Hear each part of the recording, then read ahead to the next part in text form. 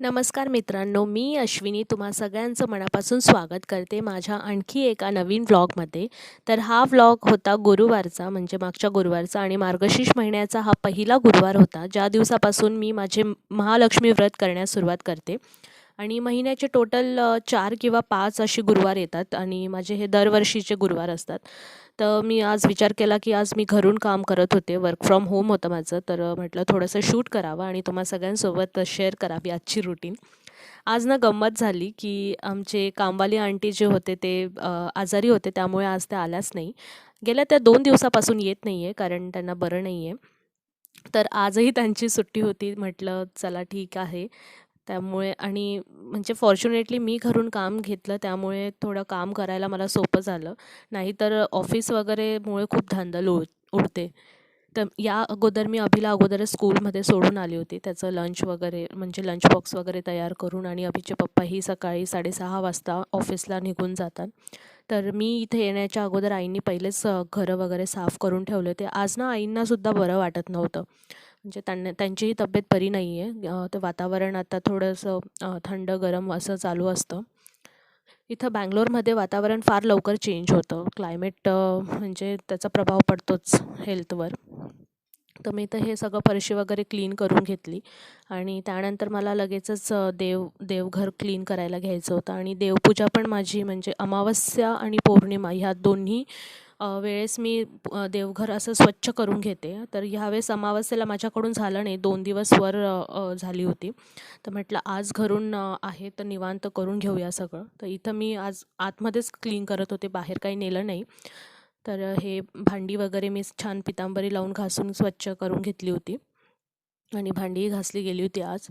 तर इथं आई पूजा करत होते. त्यांचे गुरुदेव यांची स्थापना करून ते गुरुवारी थोडा जाप वगैरे करतात. त्यांचाही उपवास असतो. ही आहे देवाच्या पूजेसाठी पानं मी माझ्या गार्डनमधूनच आणली होती. तर 2-3 पाने कमी पडली होती, बाकीचे मी ऑनलाईन मागवली होती. तर मग म्हटलं कुंडीतूनच तोडून घ्यावी. आणि त्यानंतर हे सगळं व्यवस्थित क्लीन करून ही माझी असं पूजा मांडून घेतली होती महालक्ष्मीची. नंतर मी आणि आई आम्ही दोघींनी पोथी वाचली, पूजा केली आणि आमचा महालक्ष्मीचा व्रताची पूजेची सुरुवात अशा प्रकारे झाली. नंतर अभिला आणण्याच्या अगोदर मी फटाफट कपडे वगैरे वॉश करून घेतले होते. मी कपडे मशीनमध्ये नाही टाकत, हातानेच धुते. तर आई सांगत होत्या मी तुला हेल्प करते, पण आज खूप वातावरण थंड होतं, तर त्यांना म्हटलं असू द्या तुम्ही घरात थांबा. कारण खूप पाणी थंड म्हणजे मलाच इतकं थंड जाणवत होतं. म्हटलं पटापट मीच आवरून घेतलं. मग अभिला घ्यायला जाणार होते मी नंतर. अभि घरी बुक आल्यानंतर आहे. मग म्हणत होता, मम्मा हा, काय देवपूजा जयजयची केलीस बुक आहे तू, ना. काय केलंस? आणि तो नारळ सांगत होता आहे. हे काय हा, आहे. मग जय जय नारळ छाती असा येते. बसलाय. जय करो, व्यवस्थित जय कर. आणि ऍपल, एकामागून एक तो अजून सगळ्या कोणतं कोणतं फ्रुट्सचे फ्रूट आहे? नावं घेत होता की हे ॲपल आहे, केळं पण बनाना आहे. आहे, हा, असं किवी पण सगळं आहे. मस्त सांगत होता तो 1 बाय 1. त्याला ऑरेंज सुद्धा आहे. आवडतं असं पूजा वगैरे करायला. तर तो छान असा मस्त त्यालाही आवडलं. आणि हे आमचा फराळाचं ताट, साबुदाणे, रताळ्याचे काप, अननस आणि रामफळ असं एकंदरीत आमची फराळाची थाली. नंतर दुपारी आई आणि अभि दोन्ही आराम करत होते. मग मी तेवढ्या वेळात माझं ऑफिसचं लॉग इन वगैरे करून ऑफिसचंही काम करून घेतलं होतं. कारण ते दोघं झोपलं ना निवांत, तेव्हाच माझं सगळं काम होतं. आणि हा संध्याकाळचा चहा. संध्याकाळी मग तेच कामं आपली नेहमीप्रमाणे, भांडी घासून ठेवली, त्याच्यानंतर ते सगळे लावून घेणे. आणि हे सगळं करत असताना ना माझं ऑफिसचं कामसुद्धा चालू असतं. तर ह्या दोघी गोष्टी बॅलन्स करणं खरंच खूप अवघड जातं कधी-कधी. पण हे करणंसुद्धा गरजेचं आहे. कारण घरून कधीचं मी काम घेतलं ना तर मला ते कधी-कधी सोयीचं पडतं. आणि आज मी आम्हा दोघांचा उपवास होता, माझा आणि आईंचा. त्यामुळे मी थोडं स्पेशल करणार होती उपवास सोडण्यासाठी. म्हटलं चला वांग्याचं भरीत करूया. तर मी इथं माझ्या गार्डनमधून कांद्याची पात काढून घेतली होती आणि ही पहा मेथीसुद्धा छान मस्त झालेली आहे. तिला आता मी कापेन नंतर. आम्ही जेव्हा गावाला जाऊ ना तेव्हा मेथीचे थेपले किंवा दशम्या बनवेल तेव्हा बघूया, तेव्हा कापेल मी. आणि हे बघा, हे मोठी कांद्याची पात झाली होती आणि ती ताजी मी आज भरितामध्ये टाकणार आहे. वांग्याचं भरीत करायचा बेत आहे. तर कसं बनवणार आहे, काय बनवणार आहे, मी तुमच्या सगळ्यांसोबत चला शेअर करते. आणि ताजी जी कांद्याची पात असते ना, तिचा खरंच स्वादच वेगळा असतो. तर बनवूया. इथं मी वांगे भाजायला ठेवली होती. माझ्याकडे अर्धं वांगं अगोदरच पडलं होतं आणि मी 2 नवीन वांगी मागवली होती. सायंकाळ झाली होती, दिवाबत्तीची वेळ झाली होती आणि कसं मस्त वातावरण असं प्रसन्न छान वाटतं ना.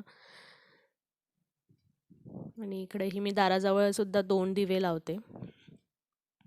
तर वांगे वगैरे भाजून झाली होती आणि मी तर ते क्लीन करून घेणार होती. आणि आज ना मी बेत म्हणजे आईंनी मला सकाळी सांगितलं होतं की गोडाचा पदार्थ म्हणून एक छान गुळाचा शिरा बनव म्हणे. तर गुळाचा शिरा मी बनवणार आहे. त्यासोबत डाळ भात लावणार आहे आणि वांग्याचं भरीत आहे म्हणून मस्त ज्वारीची भाकरी अशी गरमागरम छान लागते त्याच्यासोबत. पोळ्या तर नेहमी करतच असते मी, पण आज म्हटलं ज्वारीची भाकरी करावी. तर इथे हे सगळं मी तयार करून घेतलं होतं आणि वांग्याचं भरीत मी फ्राय करून नव्हती करणार.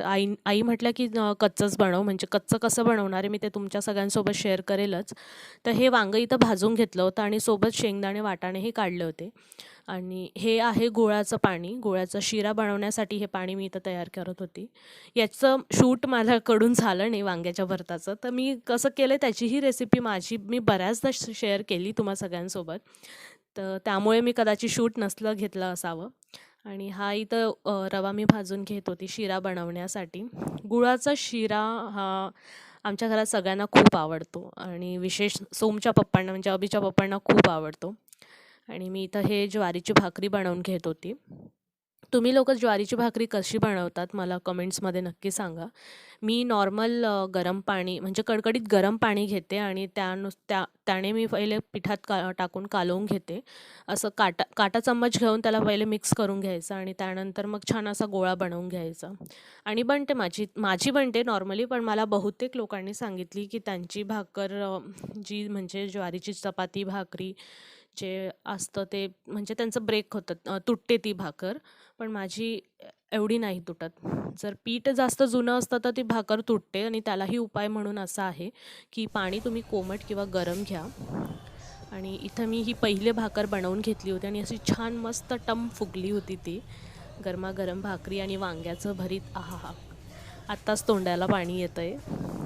आणि उपवास म्हटला ना की दिवसभर दुसरं काही खाणं होत नाही, तर अगदी थकायला होतं. पण देवाच्या नावाने जे काही बनवतो ते खरंच त्याचा स्वाद वेगळा येतो आणि ते बनवण्याची ताकदही वेगळीच असते. तर इथं मी डाळ, रताळ्याचे काप, वांग्याचं भरीत, भात आणि गुळाचा शिरा, भाकरी असं सगळं बनवून रेडी करून घेतलं होतं. रताळ्याचे काप मी पुन्हा बनवले होते कारण अभिच्या पप्पांना आवडतात ते, मग थोडंसं लावण म्हणून बनवून घेतलं होतं मी. तर इथं हे सगळं मी बनवून तयार करून घेतलं होतं आणि एक छोटा ताट बनवून पहिले देवीला मी नैवेद्य देऊन घेतलं, लक्ष्मी देवीला. आणि अशा प्रकारे पाणी वगैरे फिरून पूजा करून घेतली. आणि कोणताही गोडाचा पदार्थ आम्ही घरी बनवतो ना, तर आमच्या आई म्हणतात की पहिले देवाला द्यावं. म्हणजे सगळेजण तेच म्हणतात की आई, मम्मी सगळे तेच सांगतात मला की पहिले देवाला द्यावं. आणि इथं सोमच्या पप्पांना मी ताट लावून ठेवलं होतं आणि आम्ही सगळ्यांनी मस्त जेवण केलं. सगळ्यांनी पोट भरून खाल्लं. अभिलाही गुळाचा शिरा खूप आवडला. कधी तो खात नाही, पण त्याला खूप आवडला. आणि मी इथं हे सगळं रॅपअप करत होती किचन वगैरे क्लीन करून. तर असा दिवस हा पूर्ण हेक्टिक होता. थोडं शूट केलं मी आणि एक माझी जी नॉर्मल रुटीन कशी असते हे तुम्हा सगळ्यांसोबत शेअर केलं. तर तुम्ही नक्की पहा आणि मला सांगा तुम्हाला कसं वाटलं. आणि तुम्ही लोकं उपवास कसा करता मला नक्की शेअर करा की महालक्ष्मी व्रताची पूजा तुम्ही कसं करता. आणि इथं हे ह्या प्रकारे सगळं किचन वगैरे क्लीन करून आता मी आवरून घेतलं होतं. तर भेटूया पुन्हा एका नवीन व्लॉगमध्ये. तोपर्यंत तुम्ही सगळ्यांनी काळजी घ्या. बाय.